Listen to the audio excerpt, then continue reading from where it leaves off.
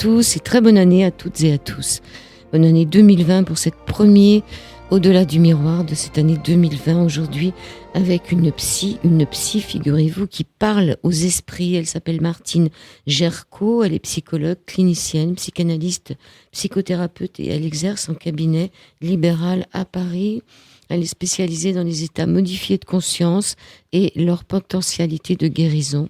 Elle a une approche intégrative et organise régulièrement des séminaires de respiration holotropique et de chamanisme. On va l'accueillir autour de son livre chez Mama Édition. Une psy parle aux esprits, expérience au pluriel aux frontières de l'extraordinaire, pour découvrir de nouvelles voies d'accès à l'inconscient et pour évoluer vers le plaisir d'être. Merci d'être avec nous, Martine Gerco, ce soir. Merci Joël de m'accueillir. Voilà, donc vous êtes sur l'antenne d'IDFM, sur le 98 de la bande FM. Et ce livre, il y a Stéphane Alix qui dit « Ouvrez ce livre et vous ne parviendrez plus à vous arrêter. On est obligé de s'arrêter quand on arrive à la fin. » Mais c'est vrai que c'est un livre assez intéressant. Merci. C'est votre premier ouvrage ? Non, c'est mon deuxième ouvrage en tant qu'auteur et j'ai collaboré à différents écrits, notamment au manuel des expériences extraordinaires qui a été publié par l'INRES. Qui est un manuel clinique autour de l'inexploré et autour des expériences en dehors de la réalité ordinaire. Et puis, j'ai également collaboré à des articles collectifs et à un livre écrit avec une association que j'ai créée et présidée qui s'appelle Thérapie Conseil. Et le livre s'appelle Parlons Psy et a été édité par l'Archipel Belfond il y a une dizaine d'années environ. Alors, on va parler de vous. Ben oui, vous êtes venu pour qu'on parle de vous. Alors, vous avez une préface de Stanislas Grof, et ça c'est important parce que je pense que c'est aussi un peu tout ce qui vous a permis d'en arriver là où vous êtes maintenant. Ça fait 38 ans que vous exercez, c'est ça ? Oui, à peu près. Stanislas Grof et la respiration holotropique. Vous pouvez nous en parler ? Stanislas Grof, c'est un psychiatre, psychanalyste américain d'origine tchèque, un des créateurs de la psychologie transpersonnelle, et il est à l'origine des thérapies psycholytiques, c'est-à-dire des thérapies sous LSD, qu'il a débuté à Prague, alors qu'il était psychiatre chef de l'hôpital Saint-Charles. Et un jour, il reçoit des laboratoires Sandoz, du docteur Albert Hoffman, une caisse de LSD afin qu'il puisse l'offrir à ses patients. Et comme Grof est quelqu'un de très éthique, il a refusé de le proposer directement au patient sans l'avoir lui-même utilisé. Et pendant plusieurs mois, régulièrement, il va s'injecter par voie intraveineuse du LSD. Et là, il va avoir accès à tout un matériel absolument incroyable qu'il n'avait jamais pu rencontrer dans sa psychanalyse personnelle. Et c'est un matériel qui va au-delà du préverbal et qui peut nous reconnecter avec la période gestative du bébé, la période intra-utérine, et également à des mémoires karmiques, transgénérationnelles, transpersonnelles. Et en fait, ce qui est extraordinaire avec la respiration holotropique, donc la respiration holotropique va remplacer le LSD quand le LSD va être interdit d'usage parce qu'utilisé de façon profane. C'est dans quelle année ? 80, ça à peu près ? 75 ? Dans les années 75 à peu près, oui. Et alors, c'est une approche tout à fait extraordinaire puisque elle permet au sujet de se rencontrer sur différents niveaux de conscience, aussi bien à un niveau psychodynamique, psychologique, parce que très souvent on oublie ce qui nous a fait souffrir. Et quand on n'arrive pas à mettre de mots MOTS sur les mots MAUX, à ce moment-là, il y a une explosion de souffrance. Et souvent, les gens me disent, voilà, au-delà d'un certain âge, je ne sais pas ce qui s'est passé. Et par la respiration holotropique, le patient va rentrer dans un état non ordinaire de conscience dans lequel tout le potentiel mémoriel va s'ouvrir. On a en nous une mémoire cellulaire, une mémoire qui est endormie et qui va pouvoir se réveiller grâce à cet état d'expansion de conscience. Et c'est ça qui est extraordinaire. C'est-à-dire que ça va bien plus loin que la psychanalyse classique. Mais ça n'empêche pas qu'il faut aussi faire une psychanalyse. Alors, je suggère souvent aux praticiens qui veulent se former à la respiration holotropique d'avoir fait un très, très, très gros travail sur eux-mêmes. Parce que si on n'est pas suffisamment ancré et si on n'a pas déjà beaucoup débroussaillé qui on est, à ce moment-là, on risque de sévères décompensations. Et c'est pas une approche magique, c'est une approche extrêmement rigoureuse, très transformatrice, mais il faut sacrément être ancré en soi. Et c'est la même chose pour les sujets qui souhaitent participer à des séminaires. Les gens, maintenant, il y a une sorte de tourisme spirituel. On pense qu'on va pouvoir accéder à l'éveil, à la transformation en 2 ou 3 séminaires. Donc les gens vont de séminaire en séminaire. Moi, je refuse d'accepter comme participants dans mes groupes des gens qui n'ont pas fait un travail rigoureux sur eux-mêmes, comme je me défends de former à la respiration holotropique des psychothérapeutes qui n'ont pas fait d'analyse. Parce qu'on a beau la pourfendre, la critiquer, la psychanalyse, ça reste malgré tout un formidable outil d'intégration, mais ça n'est pas suffisant. Et je trouve ça dommage, je trouve qu'il est tout à fait dommage que les psychanalystes ne s'ouvrent pas au champ transpersonnel, comme je trouve dommage que les psychothérapeutes uniquement transpersonnels jettent la psychanalyse avec l'eau du bain.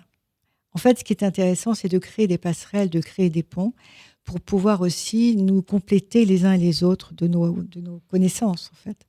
C'est créer une approche intégrative et une approche plurielle, comme les médecins classiques qui refusent les approches holistiques pour leurs patients. Et je dis souvent que moi, je me suis occupée beaucoup de patients qui avaient des cancers et j'ai pu observer que les patients qui se faisaient soigner parallèlement à la chimio, avec des approches plurielles telles que l'homéopathie, l'acupuncture, une psychothérapie, ils vont plus loin. Mais vont beaucoup plus loin et se prennent en charge eux-mêmes, c'est-à-dire qu'ils ne deviennent plus l'objet d'un médecin, mais ils sont pris en charge par une pluralité médicale.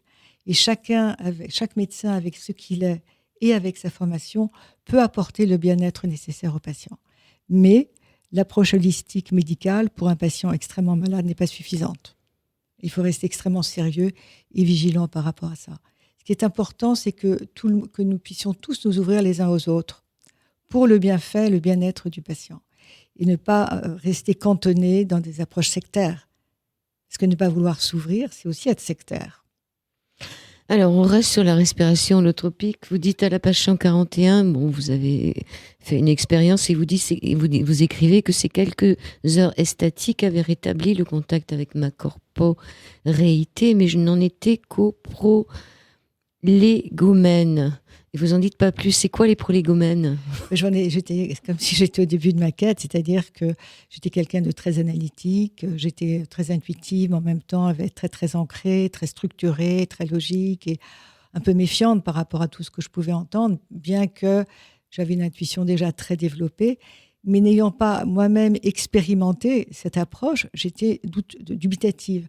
Ce que je partage dans le livre, c'est ce que j'ai vécu. On n'est pas dans le domaine de la foi ou de la croyance, mais dans le domaine de l'expérience. Alors, ce que vous avez vécu, d'abord, à peu près tous les 10 ans, il vous arrive des choses qui n'arrivent pas à tout le monde. En 96, l'attentat suicide de Tel Aviv, le 4 mars 96, vous n'êtes pas très loin.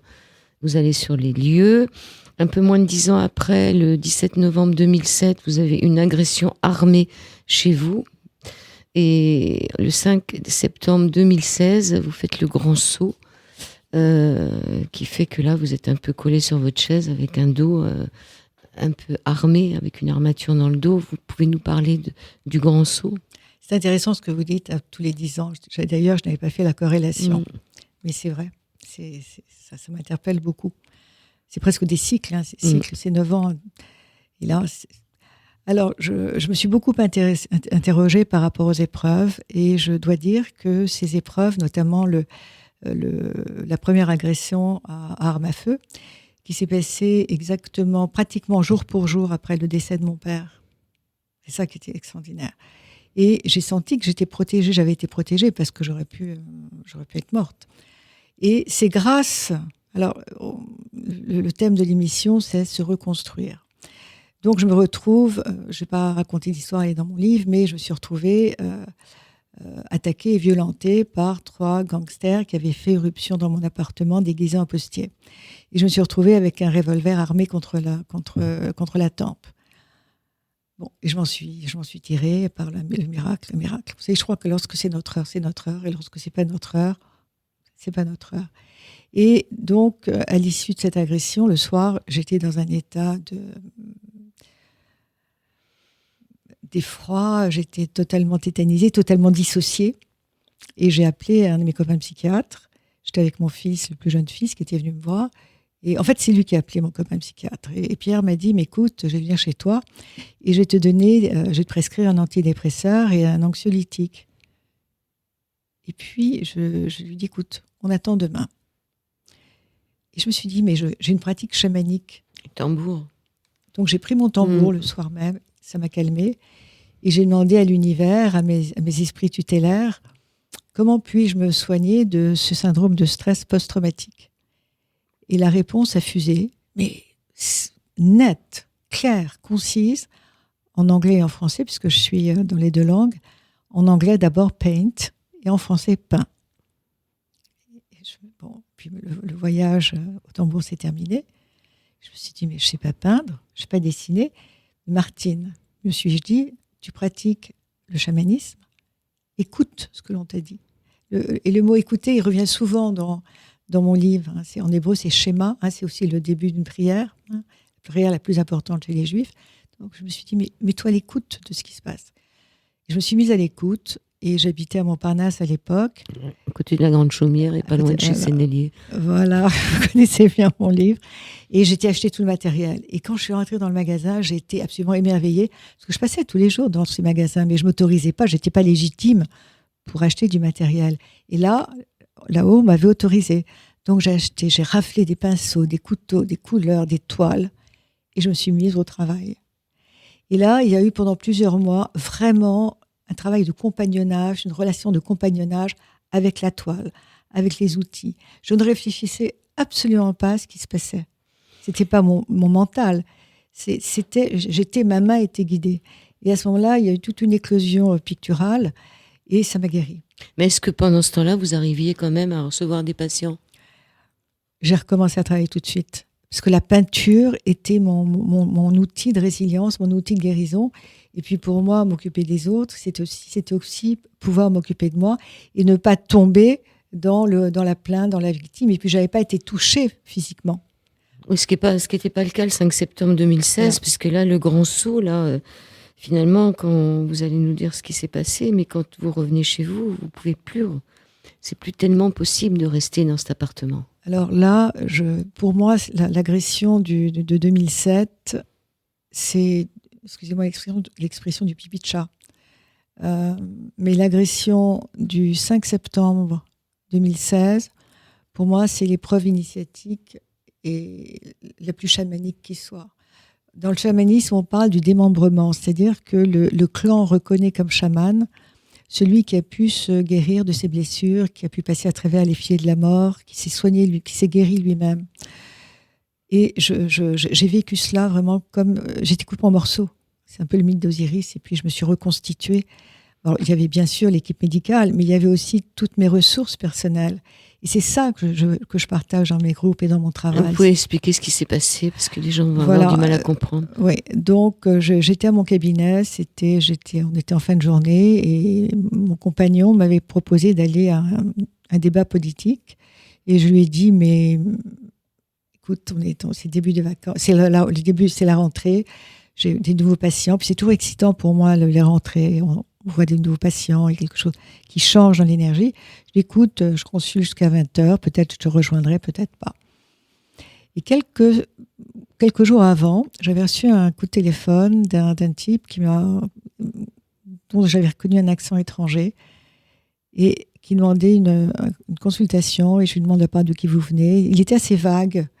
Je sentais quelque chose, mais je n'arrivais pas à nommer.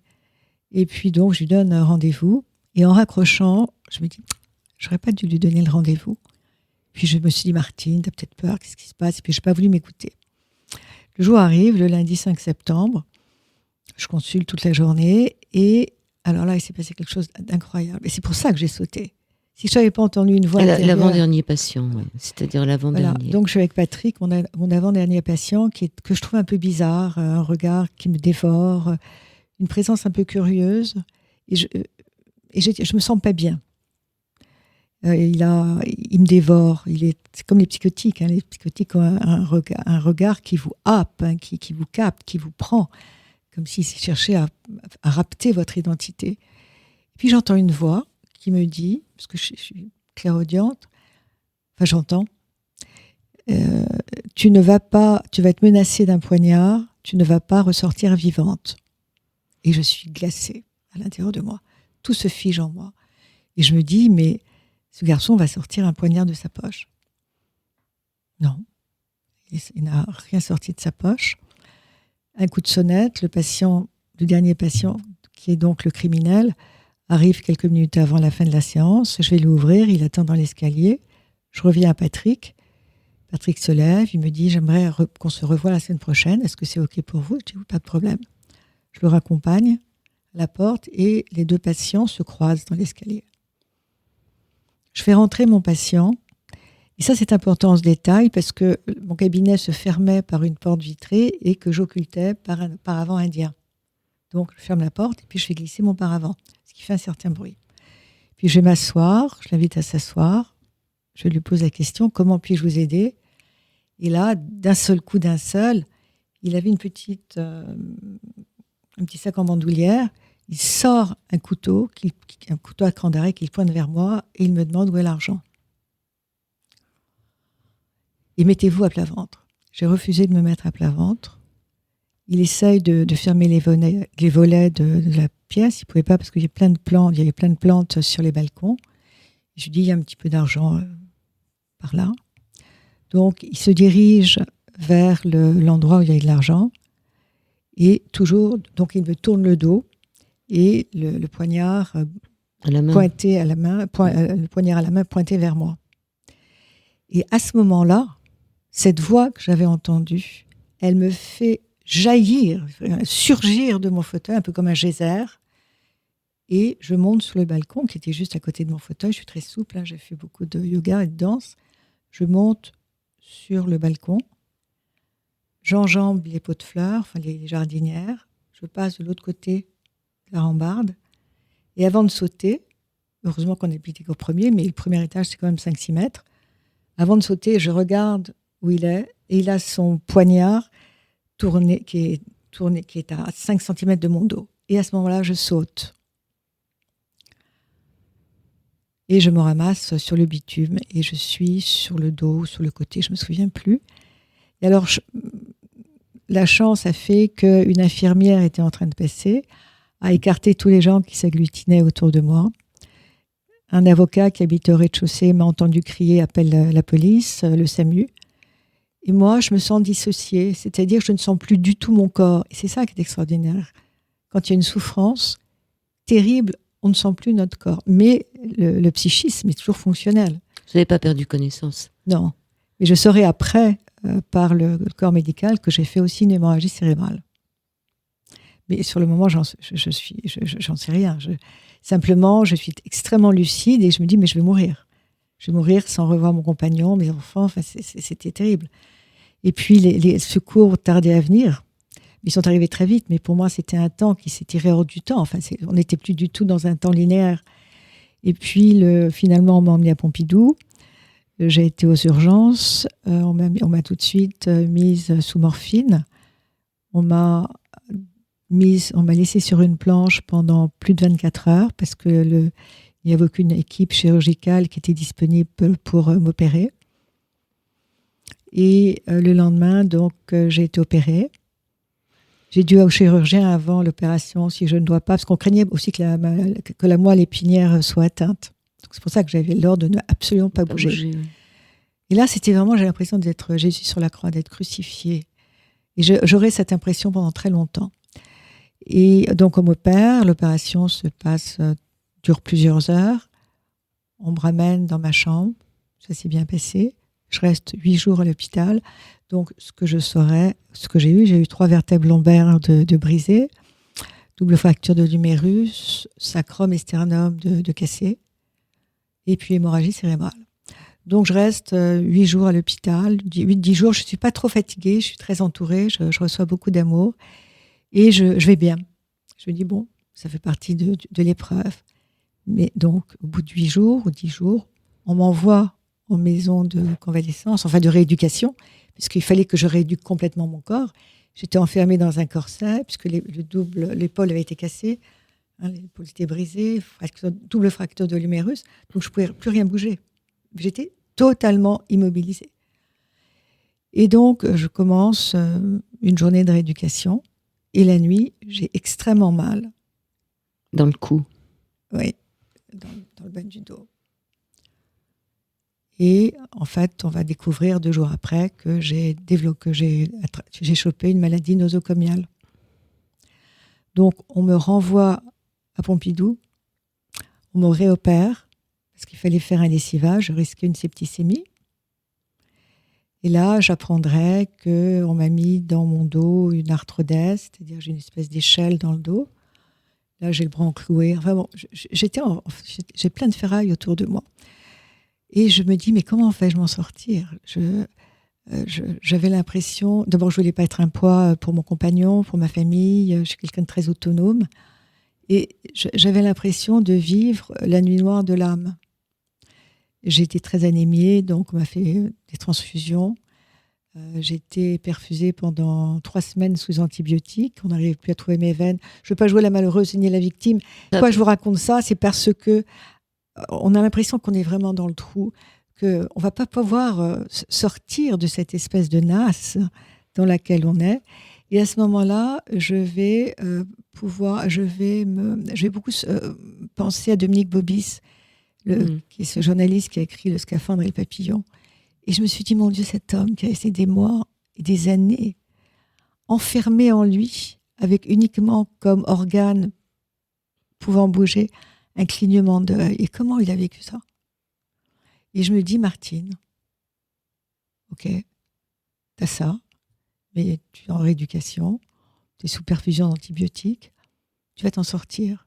Ça va demander du temps. Ça n'a pas mis tant de temps que ça, puisque je pense que ça, c'était le 5 septembre 2016. Non, c'était le 17 novembre. Oui, ça, c'est la deuxième. Ouais, 5 septembre 2016, le grand saut. Et finalement, en mars, pour moi, vous en êtes pratiquement sorti. Oui, parce que pour moi, la façon de pouvoir m'en sortir définitivement, c'était de recommencer à pratiquer. C'est-à-dire, c'était sortir de mon pauvre moi, de mon petit moi. Mais il fallait aussi que j'apprenne à m'occuper de moi. Quand on est soignant, quand on est psychothérapeute, on est toujours bien meilleur pour les autres que pour soi. Et là, j'ai appris à m'occuper de moi. J'ai appris à prendre du temps pour moi. J'ai appris à mesurer aussi l'importance de la vie, du vivant. Chaque petit progrès que je faisais, c'était une source de joie, même si c'était très minime. Mais c'est tous ces petits pas que l'on fait qui nous emmènent aussi vers la guérison. Ce qui m'a sauvée, ça a été... Bon, j'ai recommencé à peindre quand j'ai pu m'asseoir, parce que pendant plusieurs semaines, jusqu'au mois de janvier ou février, je n'avais pas le droit de m'asseoir sur une chaise, puisque j'avais un corset. C'était soudé. Donc, tout était soudé. Donc, j'étais pratiquement tout le temps debout. Et coucher, vous pouviez vous coucher. Je pouvais me coucher avec le corset. C'était très, très, très désagréable. Après, j'ai enlevé le corset. Mais ce qui était horrible, c'est que je n'avais pas le droit d'être assise à 90 degrés. Donc, j'étais toujours debout. Et j'ai pensé aussi aux gens qui avaient été déportés. Moi, je suis née dans une famille dont la moitié, peut-être pas la moitié, dont beaucoup de membres sont partis en fumée. Et je me suis beaucoup intéressée à la psychologie des déportés. Et je me suis posé souvent la question, mais comment ont-ils pu survivre à tant d'horreur ? Et je crois qu'on peut survivre à l'horreur quand on essaye de lui donner du sens et de l'apprendre comme un moyen, comme un apprentissage, en fait. Ce que disait Frankl.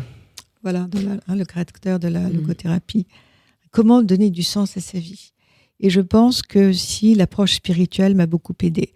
Alors qu'au départ, quand je me suis retrouvée fracassée, je vous assure que le spirituel n'était plus là. Je veux dire, j'étais vraiment, j'étais qu'un corps complètement mutilé. À ce moment-là, comment pouvais-je, le spirituel, je ne pouvais même pas y avoir accès. Moi qui adore la musique, qui vis en musique, je ne pouvais même pas écouter la musique. J'adore lire, je ne pouvais pas lire. Tout était centré sur moi, sur les mouvements. Comment avancer d'un pas, comment arriver à faire bouger un doigt, parce que tout était bloqué, tout était paralysé. Donc, et comment, oui.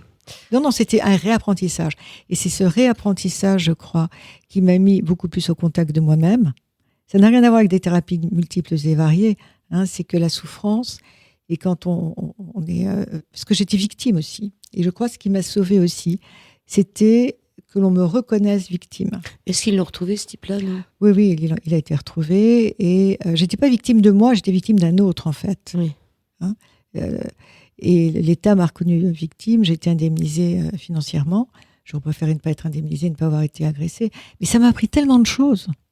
Ça m'a rendu peut-être plus à la humaine rigueur, aussi. vous pouvez presque le remercier. On va Alors, peut-être pas aller jusqu'à là. ce qui est extraordinaire, c'est que au mois de septembre 2016, il a agressé 9 femmes Encore médecins.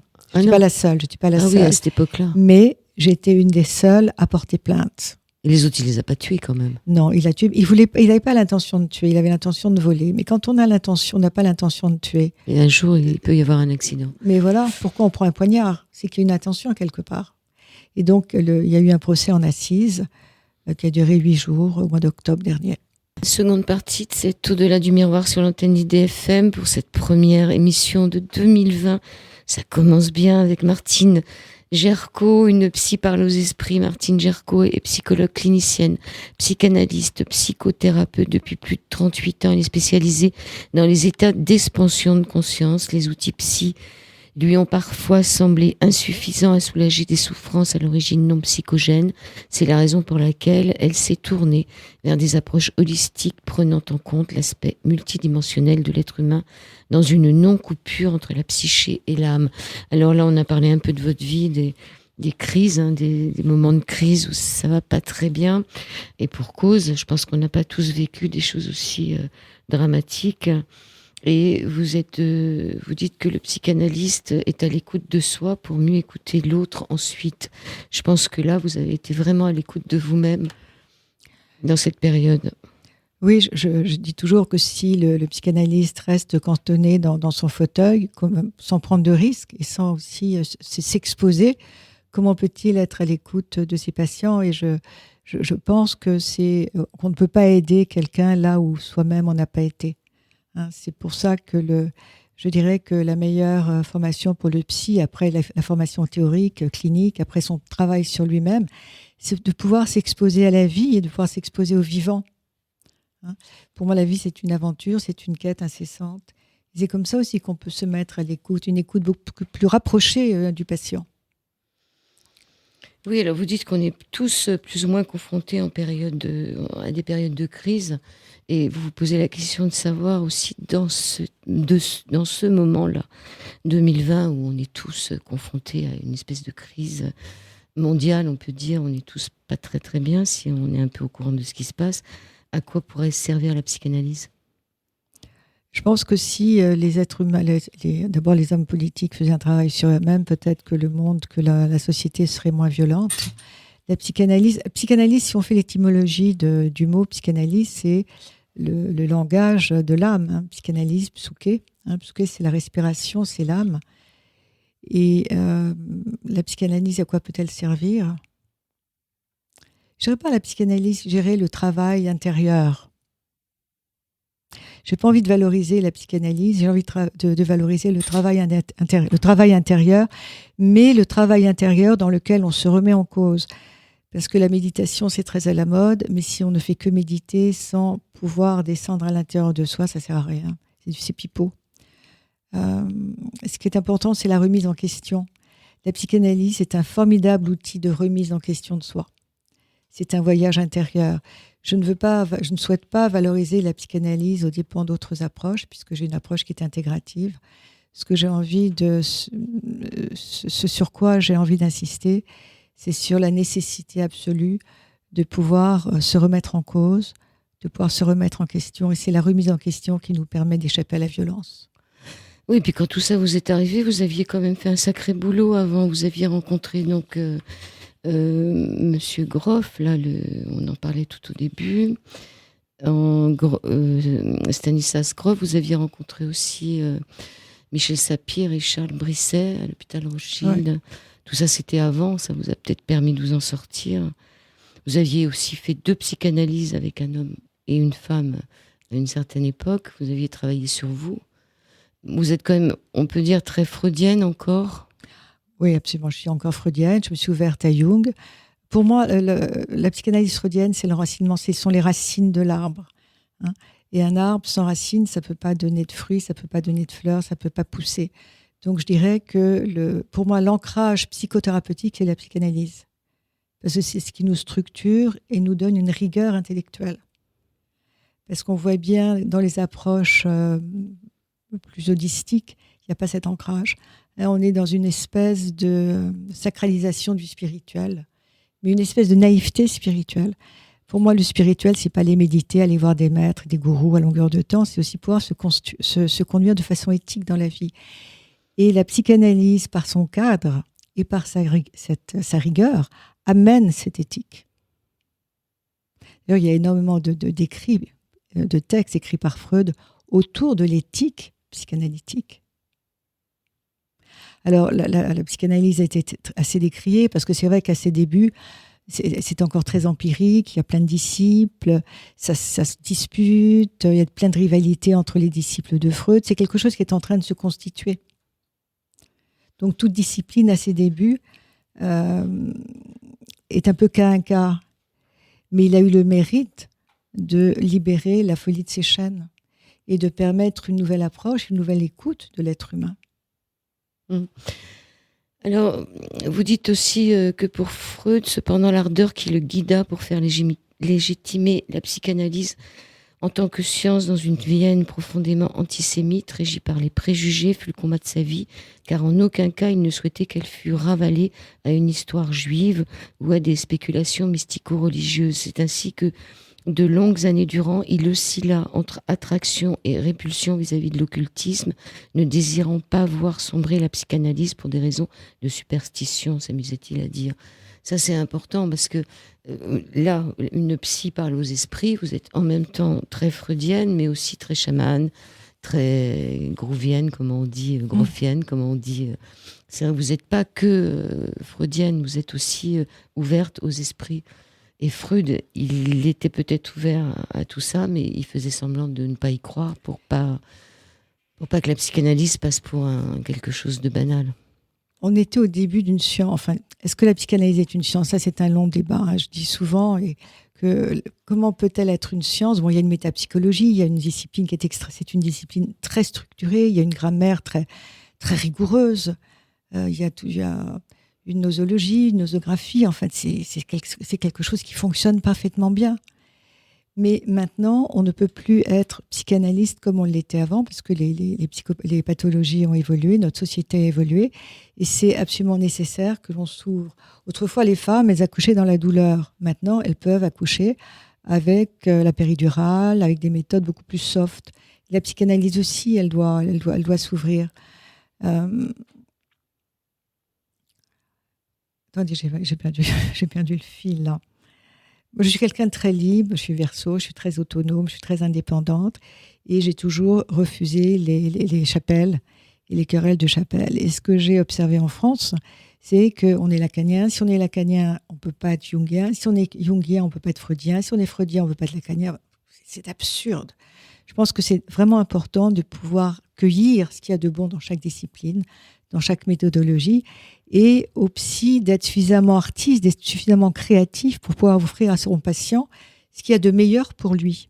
Moi, je suis une artiste aussi, parce que je peins, et il m'apparaissait important de pouvoir m'ouvrir pour moi-même, pour ma propre évolution, à des approches qui me permettraient de rencontrer des couches de moi-même que je n'avais pas pu explorer avec la psychanalyse.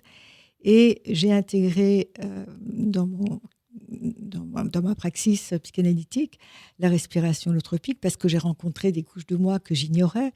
J'ai aussi...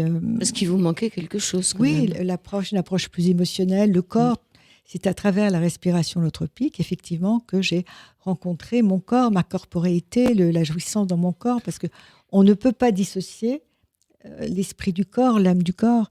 Or, comme psychanalyse, il y a une importance essentielle qui est accordée aux mots. On peut parler de son corps, mais ce qui est important, c'est de le vivre aussi, de vivre dans son corps émotion, et pas uniquement dans son corps parler. D'accord. Et sur le silence, à la page 82, vous dites que Dieu est silence.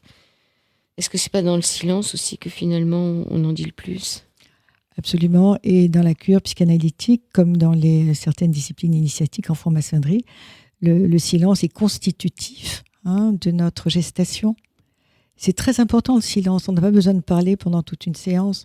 Partager le silence avec un patient, c'est très important. Que le patient accepte le silence de son psychothérapeute. C'est à l'intérieur de ce silence qu'il va pouvoir se féconder. Et en franc-maçonnerie, avant de pouvoir prendre la parole, on doit observer le silence pendant 3 ans. Parce que c'est des mots. Et souvent, on sait très bien que les mots aussi travestissent et déguisent la pensée. Et c'est dans le silence qu'on peut se rencontrer. Alors, donc, vous faites psychanalyse, psychothérapie, respiration holotropique, et ensuite, ce sont dans les substances psychotropiques et des états modifiés de conscience que vous passez de l'autre côté du miroir. C'est vraiment quand vous commencez à toucher aux plantes hallucinogènes, au LSD, que vous passez de l'autre côté du miroir. Alors, en France, on parle de plantes hallucinogènes, et quand on parle dans le mot hallucinogène, il y a le mot hallucination, et qui est quand même un mot qui est assez négatif, puisque ça peut renvoyer aussi au délire. Je dirais plutôt des plantes psychédéliques, qui sont des amplificateurs de la psyché. Ou des plantes entéogènes, qui sont des plantes qui permettent d'avoir accès à des domaines spirituels. Et c'est vrai que le fait d'avoir travaillé sur moi, avec ces substances, ça m'a permis aussi de rencontrer des éléments de moi-même ou des éléments de l'univers auxquels j'aurais jamais pu avoir accès. Quand je dis souvent que quand j'écris ou quand je peins, j'ai l'impression que ma main est guidée ou bien qu'il y a quelque chose qui descend à travers moi et que je suis un canal. Parce qu'en fait, je n'écris ni ne peins dans un état de conscience ordinaire, mais dans un état de conscience expansé. Mais l'artiste, finalement, il procède de cela. Est-ce que c'est pas la même chose pour le thérapeute ? Mais absolument, tout à fait. Très souvent, j'ai beaucoup de pratiques, et puis j'ai une formation psychoclinique extrêmement importante. Et c'est justement, je crois que lorsqu'on on maîtrise très bien ces outils, que c'est comme disait Charcot, la Salpêtrière, qui a été repris par Octave Manoni, la théorie, ça ne doit pas empêcher d'exister. C'est-à-dire qu'une fois que l'on maîtrise ces outils, on les oublie, mais ils sont là à l'intérieur de nous. Sinon, on s'improvise et on fait de la thérapie sauvage. On ne peut pas s'improviser. Tout en laissant quand même une part, pas au hasard, mais une part à l'intuition. Absolument. Mais je pense que pour que l'intuition soit juste, parce que sinon on peut être aussi piégé par nos propres projections. Pour que l'intuition soit juste, il est important que le psy soit complètement vide de lui-même pour laisser la place à l'autre. Parce que l'autre, il nous envoie des informations d'inconscient à inconscient. Et il faut que ces informations ne viennent pas se juxtaposer avec ce que le thérapeute est. Est-ce que c'est clair ce que je dis ? Oui, vous parlez de la troisième oreille. La troisième aussi, oreille oui. Et la psychophanie, je ne sais pas si vous connaissez cette Oui, la approche. psychophanie. Voilà, pour obtenir du matériel de l'inconscient du patient. Vous savez, c'est le patient a sa main sur l'épaule du thérapeute, et puis le thérapeute va frapper sur un clavier les contenus inconscients du patient. Le patient ne dit rien. Mais il y a un contact corps à corps avec la main du patient qui est sur l'épaule du thérapeute, et puis le thérapeute est complètement vide et il y a plein de choses qui sortent à travers les mains du thérapeute sur le clavier. Mais le thérapeute est vide de lui. Et c'est parce qu'il est vide qu'il peut se laisser remplir par la parole inconsciente du patient. C'est une relation à trois. Relation à trois. Alors, dans votre livre, vous écrivez que l'inconscient n'est-il pas une représentation de l'invisible ? On en parle, mais on ne le voit pas. Une psy parle aux esprits. Et j'ai du mal à suivre, mais je suis quand même avec vous. Donc après, vous partez faire des expériences chamaniques, vous rencontrez des gens assez extraordinaires, et vous nous parlez de ces expériences avec l'œuf. Ah oui, et vous le faites aussi de temps en temps. Non, pas du tout. Parce que vous dites à un moment que vous ne divulguez pas ce que vous extrayez.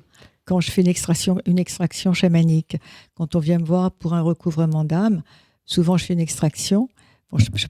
c'est une approche chamanique qui consiste à enlever dans l'invisible des parasites, des éléments qui parasitent la psyché ou le corps du patient. Mais je ne dis pas ce que je vois, ce que j'ai enlevé, parce que sinon ça rajouterait du négatif au patient. Donc l'important, c'est que le patient se sente bien après la séance. Mais il y a des choses que vous ne révélez pas. Mais c'est comme l'œuf, c'est ce fameux œuf dans les guérisons chamaniques. Moi, j'ai une fois vu un chaman mettre un œuf autour de moi. Il n'a pas voulu me dire ce qu'il y avait dedans. Et j'étais très curieuse de voir, et on n'a pas le droit. Mais est-ce que l'œuf était... Parce que parfois, quand l'œuf... Je raconte l'histoire de ce chaman qui avait passé l'œuf sur le corps de quelqu'un. Et, il le casse dans un verre d'eau après. L'œuf était sale, hein, nauséabond. Et sur le corps de l'autre personne, l'œuf était parfaitement clair. Et la personne dont l'œuf était sale, nauséabond, se traînait une pathologie extrêmement lourde. Donc, ça parle, mais ce n'est pas la peine d'aller en rajouter, de donner des interprétations. Ah oui, dans votre livre, vous parlez de la perte d'âme. Dans la tradition chamanique, la maladie est à l'origine d'une perte d'âme. J'adore ce silence-là. C'est un peu un mécanisme de survie qu'on met en place. Alors, c'est très bien expliqué dans le livre. L'intérêt, c'est de négocier avec les deux âmes. Parce que s'il y a une perte d'âme, c'est qu'elle n'est pas perdue pour tout le monde. Et l'intérêt, c'est de négocier avec les deux âmes pour rendre à la première âme la part qui lui revient. Parce que la partie d'âme qui est partie dans le monde invisible, c'est celle qui a souffert. Et c'est souvent une partie de l'enfance, une période de l'enfance qui a été extrêmement dolorie. Mais la partie d'âme qui est dans le monde invisible, elle ne sait pas que celle qui est restée sur Terre a grandi et qu'elle ne vit plus du tout le même type d'expérience. Donc, il est important de pouvoir négocier avec cette âme qui est partie le retour à son âme d'origine, au corps d'origine, puisqu'on va la réintégrer dans le corps du patient au niveau du 7e chakra et au niveau du chakra du cœur. Et on réinsuffle, là c'est comme le souffle divin, on réinsuffle. Et ensuite, ce qui est très important, c'est de pouvoir travailler sur l'intégration de cette partie que l'on a ramenée. Il ne suffit pas de faire un travail chamanique, il y a aussi un effet psychomagique. Il ne faut pas l'oublier. Mais ça ne suffit pas. Un soin chamanique sur le plan psychologique et spirituel ou sur un plan médical, ça ne remplace ni une psychothérapie, ni un traitement médical. C'est un adjuvant, c'est une complémentarité. Mais on ne peut pas pratiquer le chamanisme. Enfin, moi, je ne suis pas chamane, j'ai une approche chamanique. J'ai été initiée, je me suis formée, j'ai fait des formations extrêmement longues. Si on me demande maintenant ce que je suis, je dirais que je suis healer, je suis une femme médecine ou une guérisseuse. Mais je dirais pas que je suis une chamane, parce qu'on ne pratique pas le chamanisme ici dans notre culture, comme on le pratique en Sibérie, en Amazonie. C'est pas la même chose. Il ne faut pas oublier d'où nous venons. Vous dites que vous êtes une apaiseuse d'âme, ou on dit de vous que vous êtes une apaiseuse d'âme. Je vous rappelle que vous êtes à l'écoute d'IDFM sur le 98 de la Bande FM, Au-delà du miroir, et que vous êtes avec Martine Gerco, donc une psy parle aux esprits. Cette souffrance ne m'appartient pas. Vous l'entendez souvent, et c'est souvent ce qui se passe quand on a une souffrance qui ne nous appartient pas, c'est qu'elle vient d'un quelqu'un qui peut être décédé, etc. Ça, c'est aussi dans votre livre. Oui, on est aussi les héritiers de toute une chaîne transgénérationnelle. Et je l'explique avec le cas Annabella dans mon livre. Cette jeune femme qui m'avait été envoyée par un confrère psychiatre parce qu'elle était anorexique, elle était totalement aboulique, elle était mélancolique, elle n'arrivait pas à s'investir dans quoi que ce soit. Elle a à peu près 28 ou 30 ans quand elle vient dans mon groupe. Et elle est livide, elle n'a pas de corps, il n'y a pas de vie, il n'y a rien qui respire dans cette jeune femme. Et pendant l'expérience de respiration holotropique, je vais vers elle et elle est complètement tétanisée. Enfin, je ne vais pas trop en parler parce que le temps court. Et j'entends une voix qui me dit, quand je m'approche d'elle, « Sœur morte, mère morte, naissance petite sœur ». Voilà, c'est exactement ce que j'entends. Donc je vais vers elle et je dis « Mais ta maman, qu'est-ce qui s'est passé ?» Et elle me dit exactement qu'elle a perdu sa mère à la naissance de la petite sœur, etc. Je lui dis « Écoute, pour l'instant, tu ne peux pas aller plus loin dans l'expérience. Écoute les musiques, je reviendrai avec toi au moment du partage dans l'après-midi, quand chacun va relater son expérience holotropique. Et j'ai travaillé avec elle. Et là, ça a été l'épiphanie. C'était, je crois, mon moment le plus beau de toute ma carrière. Elle n'était pas très bien. Elle n'était pas bien. Donc, je l'invite au centre du cercle. À l'époque, tous les participants avaient un tambour et le groupe bat le tambour comme un chœur antique. Et je vais vers elle et je lui dis, on me dit qu'elle est habitée par sa mère.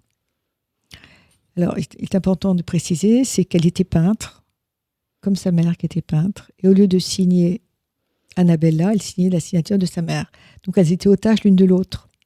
La mère, qui était partie, qui était morte, continuait à vivre dans le corps de sa fille.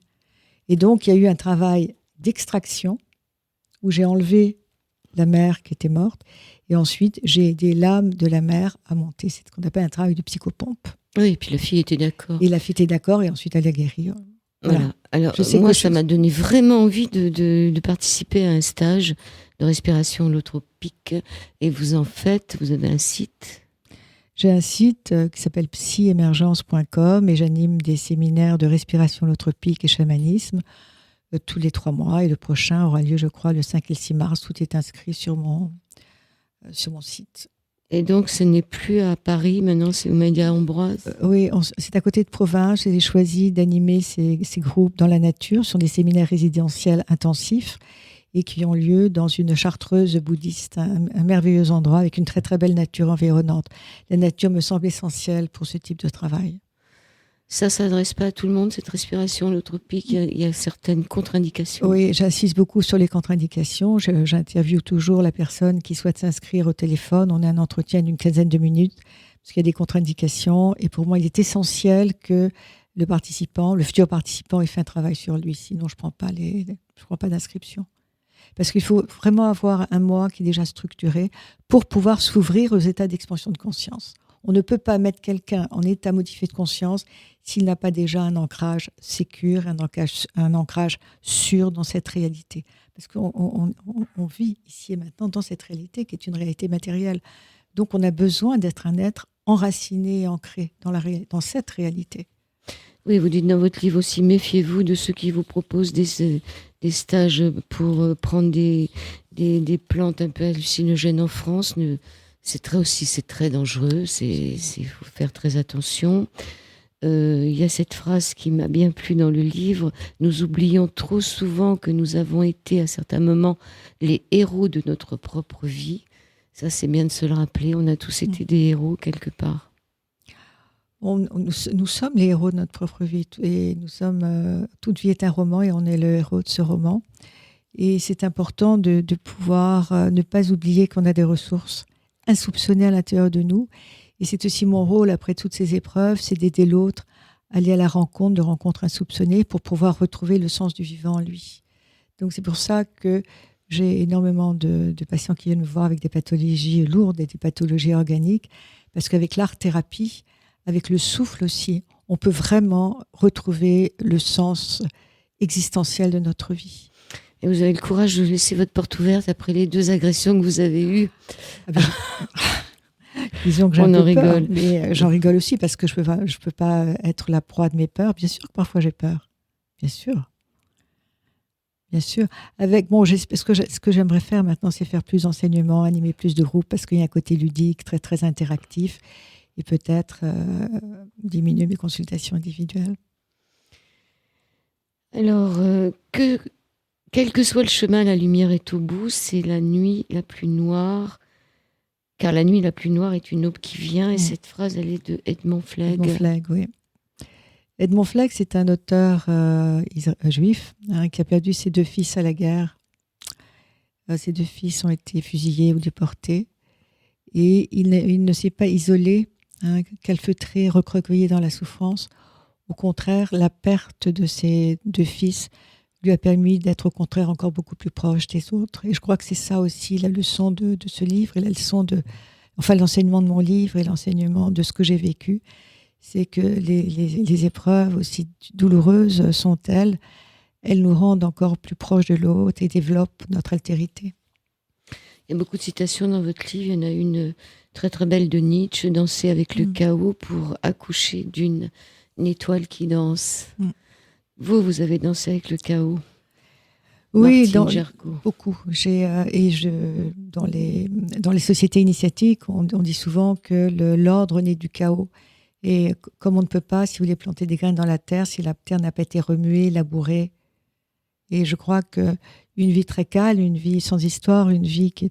Les gens ont peur du changement. Hein. Les gens préfèrent rester parfois dans une sorte de linéarité qui les rassure, mais qui les mène vers une vie morte. Hein. Dans la mer morte, la mer est très calme, la mer morte, c'est très calme, mais il n'y a rien qui pousse. Il n'y a rien qui pousse. Et du sel. Et une vie sans chaos, une vie sans mouvement, est-ce que c'est une vie qui vaut la peine d'être vécue ? On vous retrouve donc aux éditions Mama Édition. Une psy parle aux esprits, Martine Jarcot, Gercault. Vous avez un cabinet à Paris. Oui. Je pense que si on tape votre nom, on vous trouve. Oui, tout à fait. Ne venez pas si vous avez des mauvaises intentions. Hein. Surtout, ne venez pas. Vous avez de l'esprit. Et non, mais je pense que ça ne se reproduira pas. Vous avez eu les 3, là. Bon. Oui, vous avez eu les 3. Donc, on dit jamais 203, donc il n'y en aura pas de 4e. Merci beaucoup.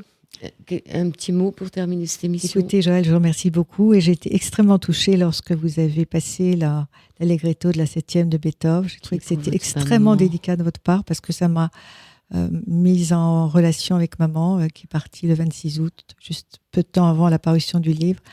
Et ça m'a beaucoup émue et je vous remercie beaucoup. Eh bien, on va la retrouver pour finir l'émission. Merci Martine Jarcot. Merci beaucoup.